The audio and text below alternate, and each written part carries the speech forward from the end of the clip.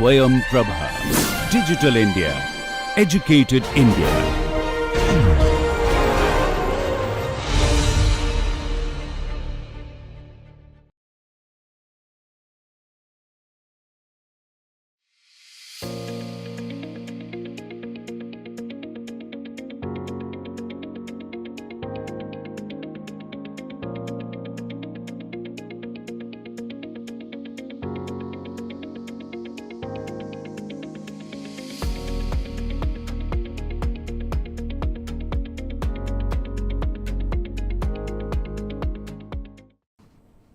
Welcome to the first lecture on constitutive modeling of piezoelectric materials.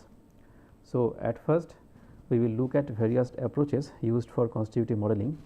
The first one is empirical approach, then there is statistical mechanics based approach, and then there is thermodynamics approach. Now, empirical approach, as the name suggests, it is based on some experimental observations. So, for example, if we think of a slender bar like this, steel bar maybe, and then if I want to measure the elastic modulus, we may put it on universal testing machine and measure its response, and based on that we can draw a stress strain curve like this. So, in this axis it is strain, in this axis it is stress, and then if we are within the elastic limit, we may get a variation in this form. Now, we can easily fit a straight line to this variation, and we can say that the slope of this straight line is our Young's modulus E. Now, this is quite useful for simple cases, but for relatively complex cases where there are multiple variables or multiple dimensions, this approach is not that easy or that useful. So, in that case we need other approaches. Now, among other approaches, there are statistical mechanics based approach. Now, statistical mechanics, in the statistical mechanics based approach, the material is assumed to be, considered to be made of a lot of atoms and molecules, and there are forces between these atoms and molecules, and accordingly it is simulated. But again, the simulation takes a lot of time. So, they are feasible for simple cases only, and also the forces between these atoms and molecules, they are often not well known. Now, there is one more approach, that is thermodynamics based approach. Now, thermodynamics based approach requires that our constitutive model satisfy few principles. So, here are those principles. First of all, it should satisfy material objectivity. That means, the constitutive relation should be invariant with respect to rigid translation or rotation. Material symmetry. So, if there is any material symmetry, our constitutive model should be consistent with that. Now comes principle of determinism. It says that the current state depends on the complete thermomechanical history.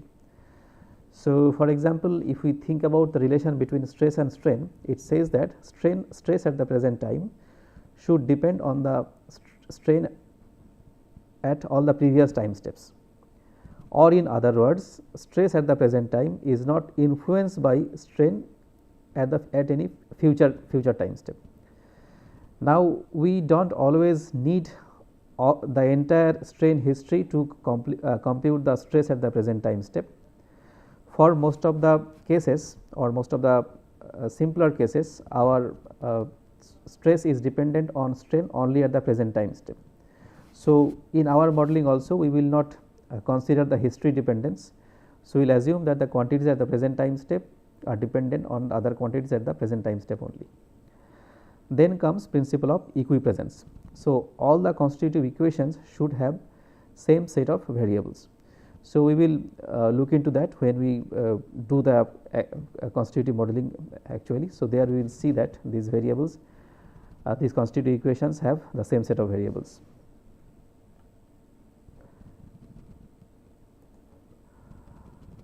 Then comes principle of local action.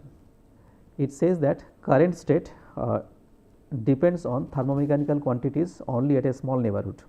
So, again if we look at the stress strain example. So, if I want to find out the stress here, so the stress here is not influenced by the strain here.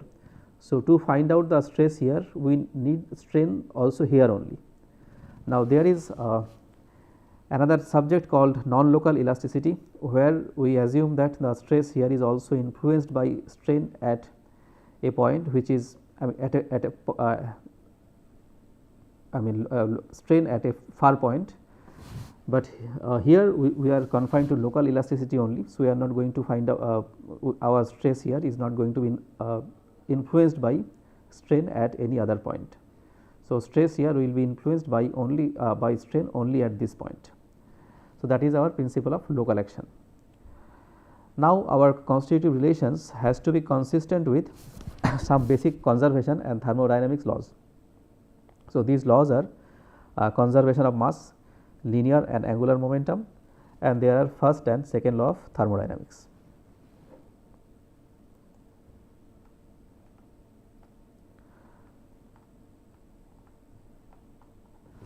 Now, we will start with the constitutive modeling.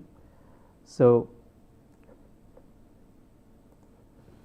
first of all, these here while dealing with piezoelectric material, there are mechanical quantities as well as electrical quantities. So, we need to spend some time on electrostatics. So, to define various variables related to the electrical problem and their relations, and then we will go to the conservation laws, and all these findings from the electrostatics will be helpful there, and then we will be in a position to derive the constitutive relation. So, our piezoelectric materials are dielectric materials. So, what is a dielectric material? So, these dielectric materials are insulators. So, they do not conduct any electricity because they do not have free charge, and these materials can be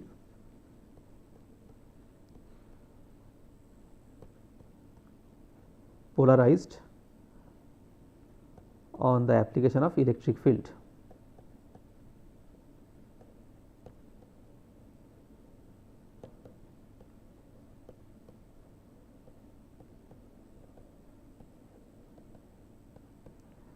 So, what it means is our dielectric materials have a lot of these molecular dipoles. This means that the positive, the center of the positive and negative charges are not coinciding. So, this is called a dipole, but these dipoles have diverse orientation. So, they are randomly oriented, and due to this random orientation the net everything cancels each other. So, there is no net polarization.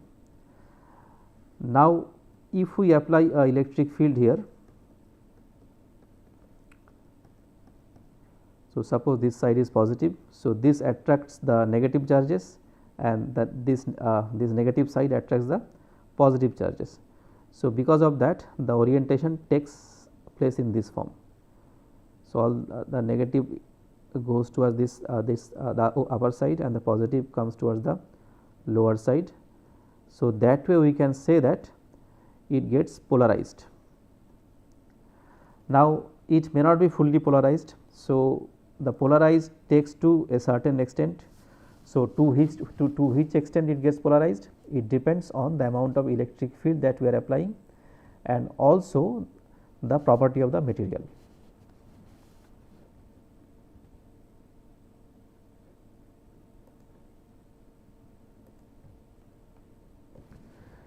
Now, let us come to Coulomb's law. Now, Coulomb's law says that if we have a charge here q, we call it qi, and if there is another charge q. So, Coulomb's law helps us find out the amount of force this experience due to this or this experience due to this. So, the distance between these two are suppose r. So, we define a vector r, Now, the amount of force Q is experiencing due to Q I can be written as Q I Q by 4 pi epsilon 0 R I cube multiplied by R I as a vector. So, this is R I, the distance between Q I to Q. Now, we are finding out force here on Q. So, we call it a test charge, and this is the expression for the force. Now, here epsilon 0 is a constant and its value is 8.8542 multiplied by 10 to the power minus 12 Coulomb square by Newton meter square. So, Coulomb is a unit of charge.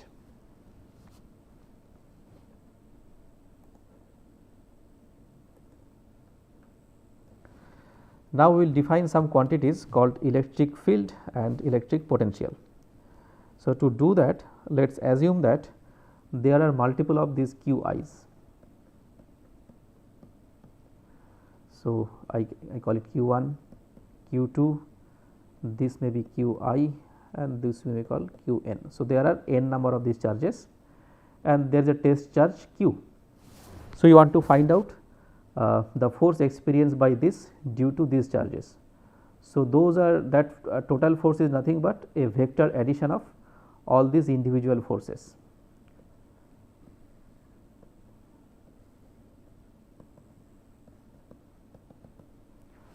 So, we just have to write the previous expression, but with a summation sign. So, we know the force at I due to we know the force at Q, the test charge due to a charge Q I. So, now if I want to find the total charge due to I varying from 1 to n, the total force is just the summation of it.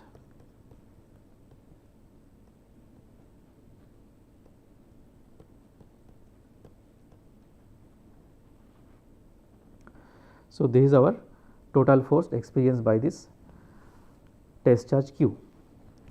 Now, we define a quantity called electric field, and by definition electric field is the force experienced by a unit charge.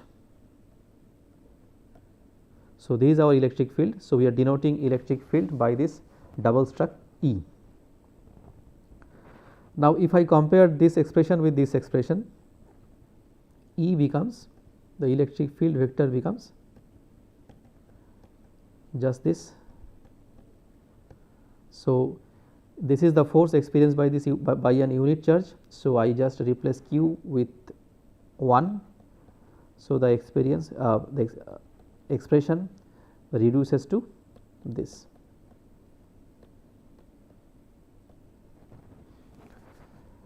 Now, let us define something called electric potential. So, this electric field is a vector, it has 3 components. Now, this can be represented by a gradient of a scalar, because, and let us call that scalar as phi. So, if I expand this quantity, it just looks like this, del phi by del x multiplied by I is a unit vector along x direction, del phi by del y j plus del phi by del z k. So, this is a vector, and if I equate that with this vector, we can get an expression of phi, and that phi comes to be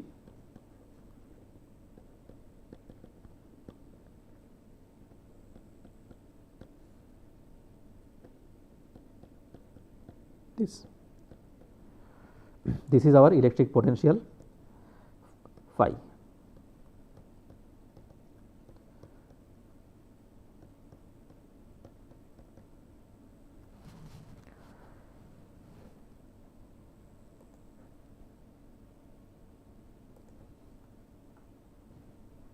Now, we will talk about potential due to line, surface and volume charges. So, let us imagine that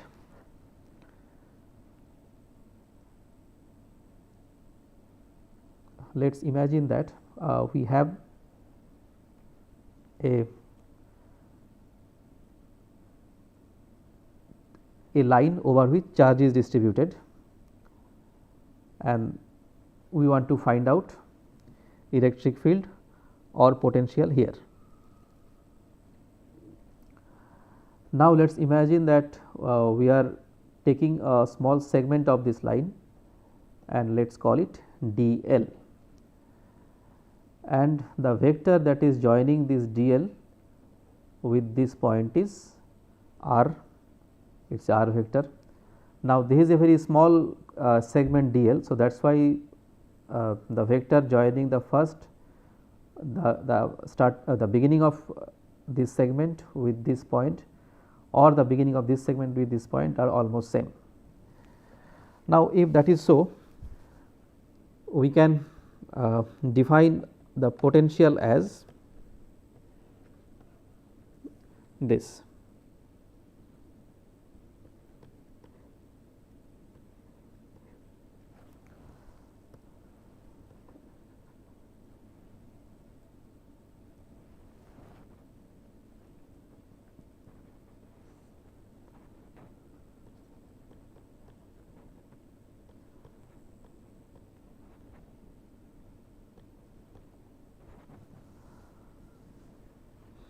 So, here the total charge in this segment is lambda dl.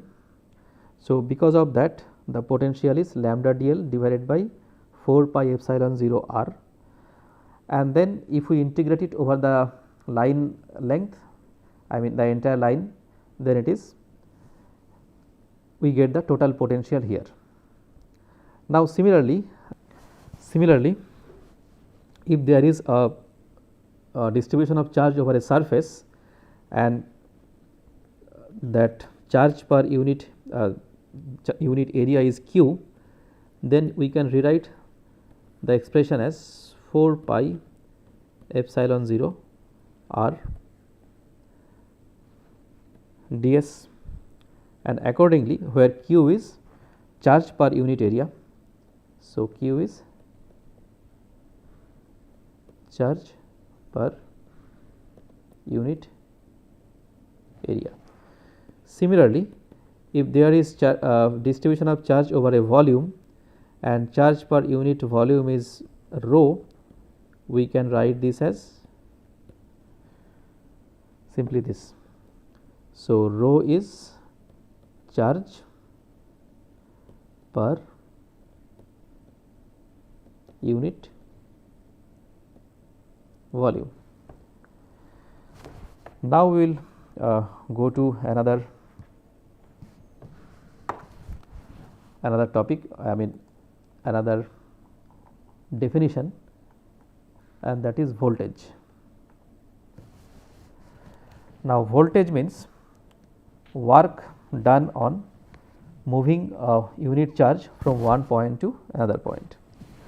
So, first let us define work done in moving a charge q by dr in an electric field E. Let us define that dW.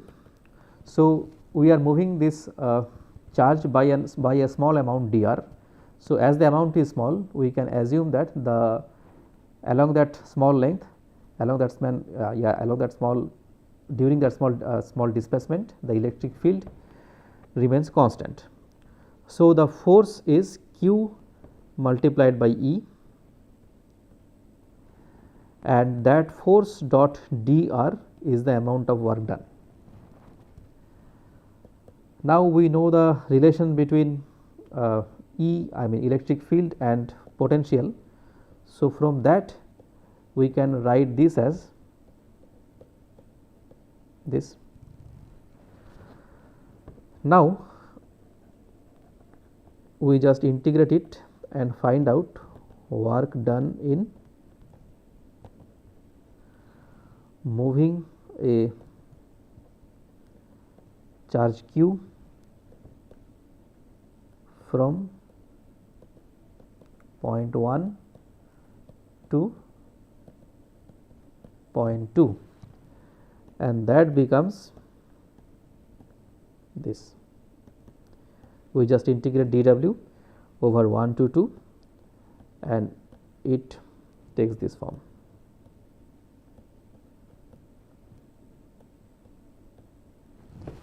Now, del phi dot dr, this can be written as d phi,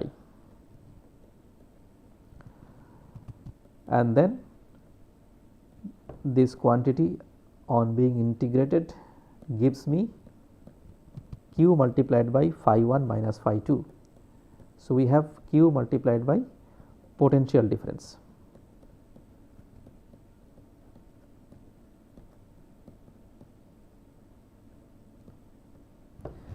Now, as per our definition, so voltage is defined as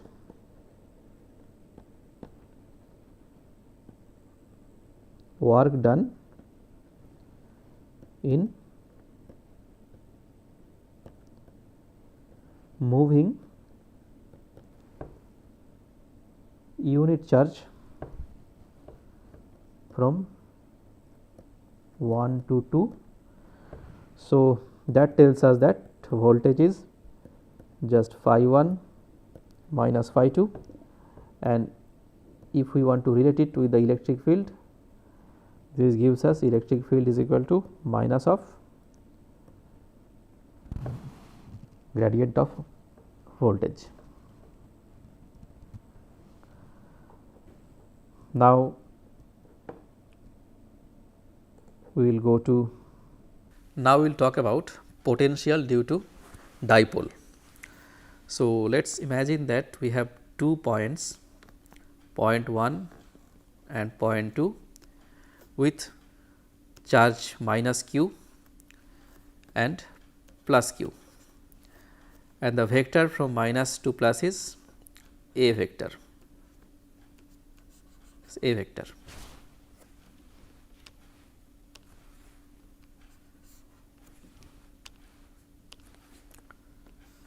Vector A. So, the dipole moment that is created is P is equal to Q A. So, let us name them point 1, point 2, and let us say that we are interested to find out potential at another point 3. Now, if I join point 1 to point 3, and the corresponding vector is r 2, and if we join point 2 to point 3, the corresponding vector is r 1, and the angle between 1 2 and 1 3 is, I mean the vector A and vector r 2 is theta.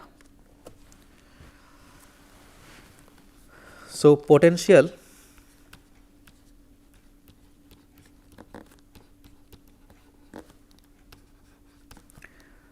at 3 is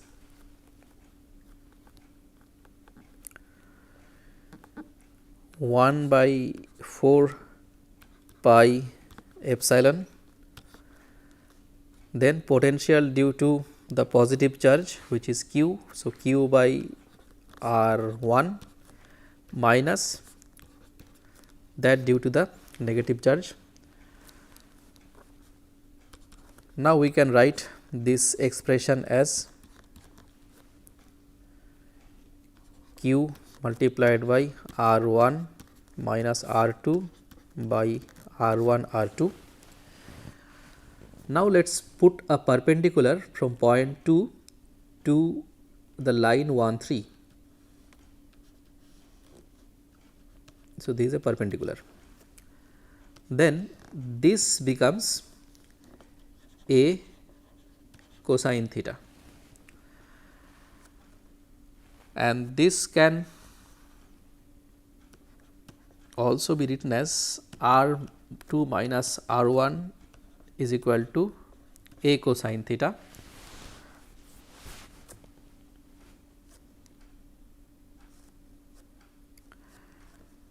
and then we can say that R2 dot A is R2A cosine theta. Now, please understand that the distance between Q1 this positive and negative charge is much less than the distance 1 3 and 2 3, and that is why we could write this. And again with that assumption, R1 is equal to R2 is equal to R, we can write R2 dot A is equal to RA cosine theta, or R dot A is equal to RA cosine theta. So, if we put all these approximations here, so this is Q, then we can write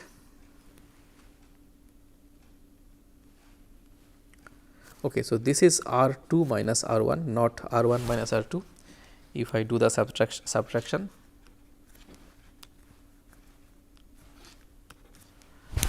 so then it becomes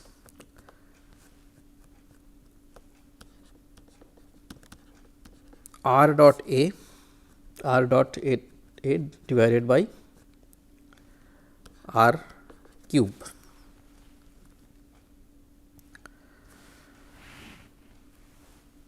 And we know that Q multiplied by A is the dipole moment vector P. So, we can say P dot R divided by 4 pi epsilon R cube. So, that is the potential at point 3 due to the dipole. Now, we will talk about potential due to volume with a dipole. So, let us imagine that we have a volume V that contains lot of these dipoles and free charge as well.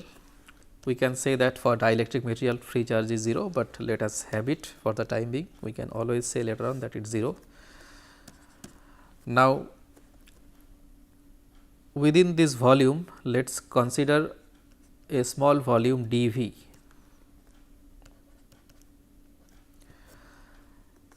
and the vector joining the origin to dV is R1 R prime, and say that we are, let us say that we are interested in finding out dipole at a point, and the vector joining this is R. So, the vector that joins dV with our point of interest is R minus R prime. So, this is R minus R prime.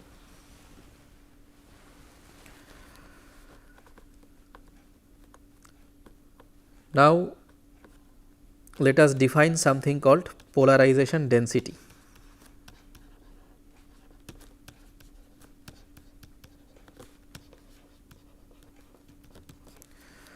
Polarization density is total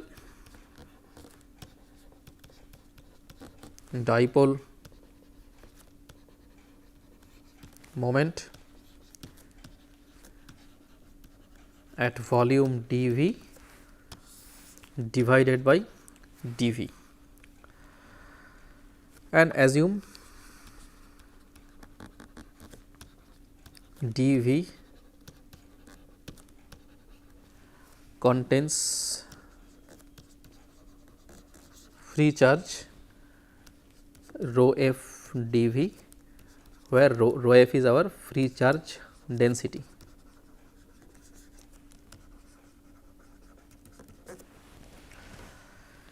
Now, with this we can say that the total potential at that point of interest is 1 by 4 pi epsilon 0 then our potential due to that charge, which is rho dV divided by the magnitude of r minus r prime, and dV is already there, plus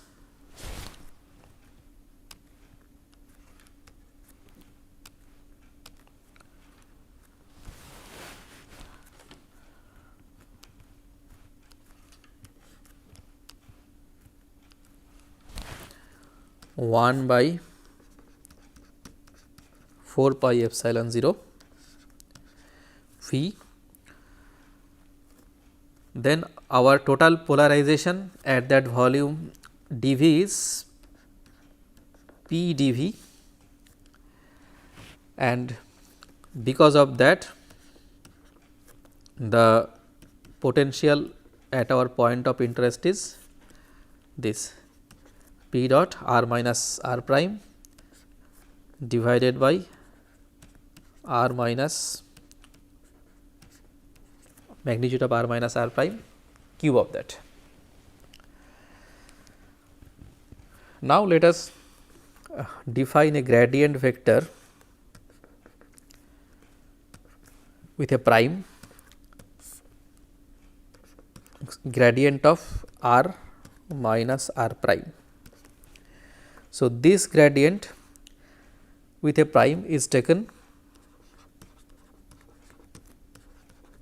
gradient with respect to r prime.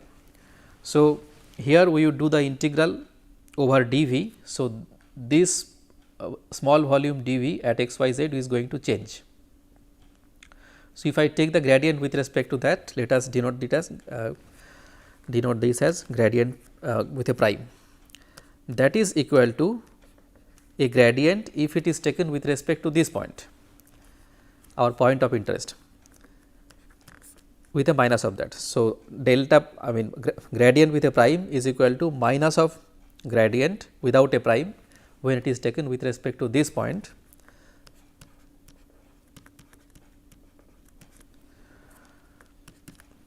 and that is equal to r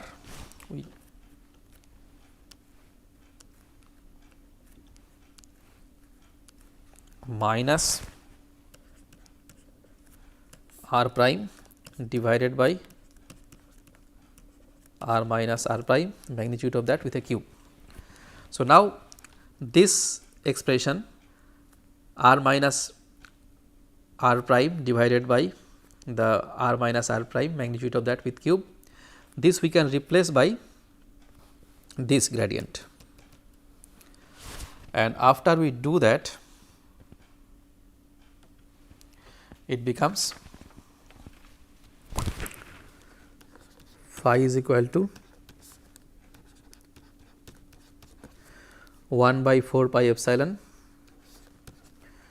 volume, then we have rho f and cube of that plus p dot gradient with a prime of the magnitude of r minus r prime dV. Then we can further do some manipulation. First term remains same. Now, this can be written as minus of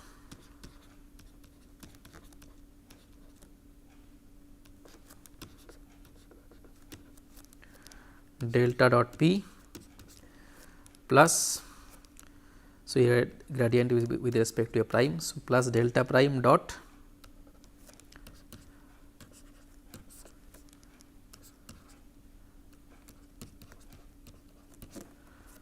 this.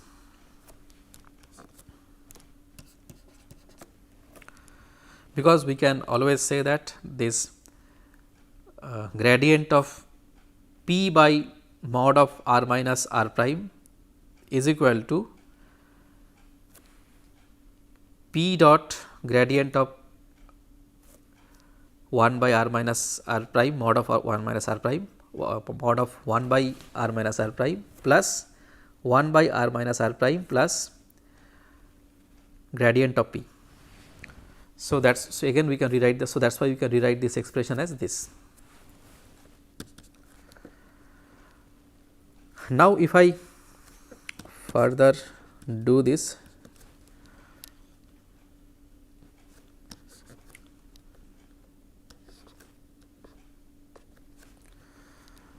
then we get rho f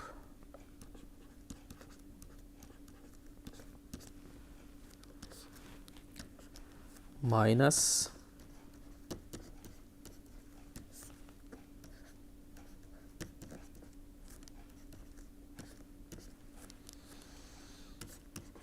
dV. Now, this is a volume integral with a gradient. So, we can always write that as P dot n, n means normal to the surface, and a surface integral. So, we convert this volume integral to a surface integral and write like this.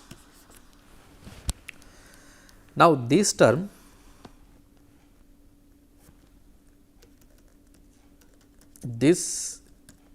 has the same dimension as rho f. So, delta prime dot p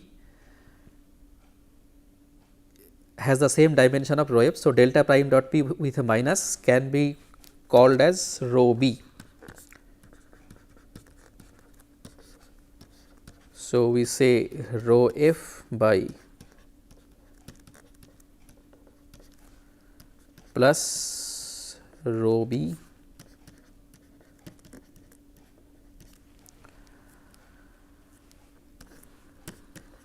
dV, and this we give a name, P dot n we give a name, we call it rho s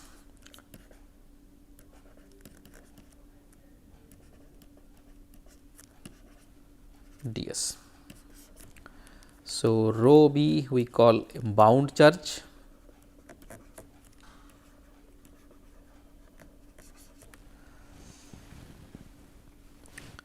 and rho s we called surface charge.